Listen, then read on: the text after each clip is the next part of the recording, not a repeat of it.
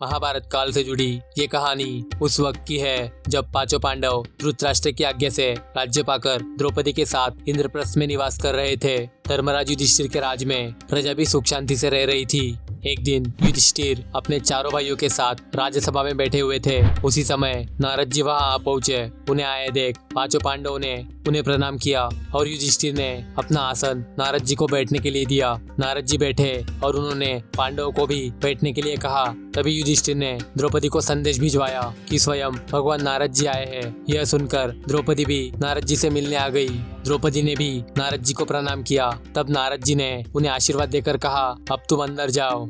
द्रौपदी के जाने के बाद नारद जी ने युधिष्ठिर सहित सभी पांडवों से कहा कि द्रौपदी तुम सबकी धर्म पत्नी है, इसलिए तुम ऐसी नीति बना लो जिससे तुम लोगों में द्रौपदी को लेकर कभी भी आपस में लड़ाई ना हो। नारद जी की ये बात सुनकर सभी पांडव एक दूसरे की ओर देखने लगे। तभी युधिष्ठिर ने नारद जी से कहा, हे भगवान, हम भाइयों में तो द्रौपदी को लेकर कोई भी मनमुटाव नहीं है और आने वाले भविष्य में भी नहीं हो सकता।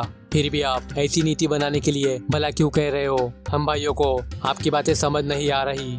तब नारद जी ने कहा, ये तो सभी जानते हैं, तुम भाइयों में आपस में जितना प्यार है उतना तीनों लोकों में नहीं। लेकिन तुम ये जानते ही हो, समय सब कुछ बदल देता है, उस पर कोई नियंत्रण नहीं कर सकता। क्योंकि तुम पांच भाइयों के तरह ही कुछ हजारों सालों पहले दो असुर भाई हुआ करते थे, सुंद और उपसुंद। वो दोनों साथ रहा करते थे। उनकी खास बात ये थी कि ब्रह्मा जी के वरदान से वो केवल आपस में लड़कर ही मर सकते थे।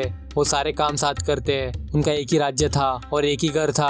वो एक साथ ही भोजन किया करते थे, एक साथ ही सोया करते थे। इस तरह अटूट प्रेम होने के बावजूद भी एक औरत से वासना के लिए उन्होंने आपस में लड़कर एक दूसरे को खत्म कर दिया। इसीलिए तुम भी ऐसा कोई नियम बना लो जिससे तुम लोगों में आपस में कभी भी द्रौपदी के कारण लड़ाई ना हो। फिर नारद जी के कहने पर पांचों पांडवों ने यह नियम बनाया कि हम में से सभी के साथ द्रौपदी बारी बारी से एक साल निवास करेगी। और अगर हम में से कोई एक भाई द्रौपदी के साथ हो और कोई दूसरा भाई देख ले तो जिसने देखा वो 12 सालों तक ब्रह्मचर्य का पालन करते हुए जंगल में बिताएगा। पांडवों ने नारद जी की बात मान ली। इस वजह से नारद जी खुश होकर चले गए और पांडवों ने भी आने वाले कुछ वर्षों तक इस नियम का पालन किया। लेकिन एक बार की बात है, युधिष्ठिर द्रौपदी के साथ अपने कक्ष में विश्राम कर रहे थे। तभी बाहर बैठे अर्जुन को एक ब्राह्मण की मदद के लिए पुकार सुनाई दी। कुछ लुटेरे उस ब्राह्मण की गाय लूटकर भाग रहे थे। ब्राह्मण ने अर्जुन से सहायता मांगी। अब अर्जुन मुश्किल में पड़ गए क्योंकि उनका शस्त्र उसी कक्ष में रखा था जहां युधिष्ठिर और द्रौपदी विश्राम कर रहे थे।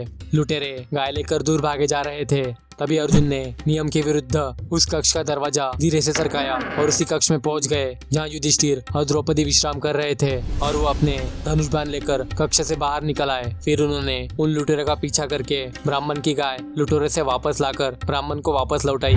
इसके बाद अर्जुन युधिष्ठिर के पास पहुंचे और नियम तोड़ने की गलती मानकर नियमानुसार 12 वर्षों के वनवास की इजाजत मांगी। युधिष्ठिर बड़े ही व्यथित हो गए और उन्होंने अर्जुन से कहा, हे अर्जुन, माना कि तुमने नियम तोड़ा है, लेकिन अपने स्वार्थ के लिए नहीं, बल्कि तुमने किसी की मदद करने के लिए ऐसा किया। किसी की रक्षा के लिए या अच्छे काम के लिए कभी भी नियम का भंग करना पड़ जाए तो ऐसा जरूर करना चाहिए। यह अपराध नहीं माना जाता।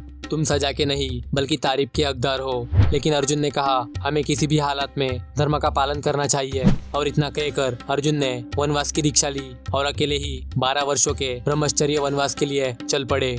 क्या आप जानते हो, केदारनाथ धाम में एक बार एक ऐसी भयानक घटना हुई थी जिसे जानकर आपके रोंगटे खड़े हो जाएंगे। वो रहस्यमय वीडियो यहीं कहीं आ रही होगी जिसे आप देख सकते हो।